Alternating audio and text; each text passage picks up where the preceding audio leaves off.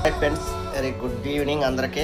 ఏం లేదన్నా, ప్రజాపాలన అంటే ప్రజల పాలన అన్నారు. కాకపోతే ప్రజల పాలన లెక్క లేదండి ఇది. ధనవంతులకి వీళ్ళు వాళ్ళ పాలన లెక్క ఉంది, కానీ ఇది నిజంగా ప్రజాపాలన లెక్క లేదు. శ్రమదోపిడి ఎక్కడ చూసినా అర్థమైందా.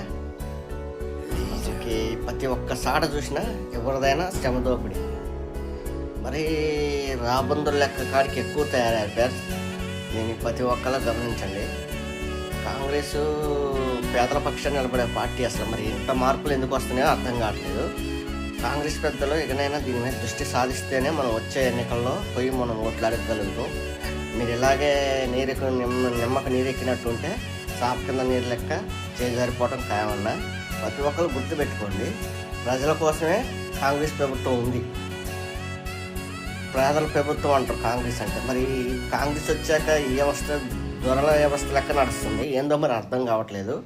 ప్రతి ఒక్కరు దీన్ని గమనించి దీన్ని వీలైనంత తొందరగా మంత్రుల దగ్గరికి, సీఎం రేవంత్ రెడ్డి గారి దగ్గరికి పోవాలని నేను మనసారా ఆకాంక్షిస్తున్నా.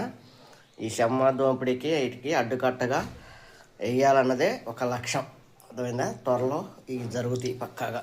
Bye friends.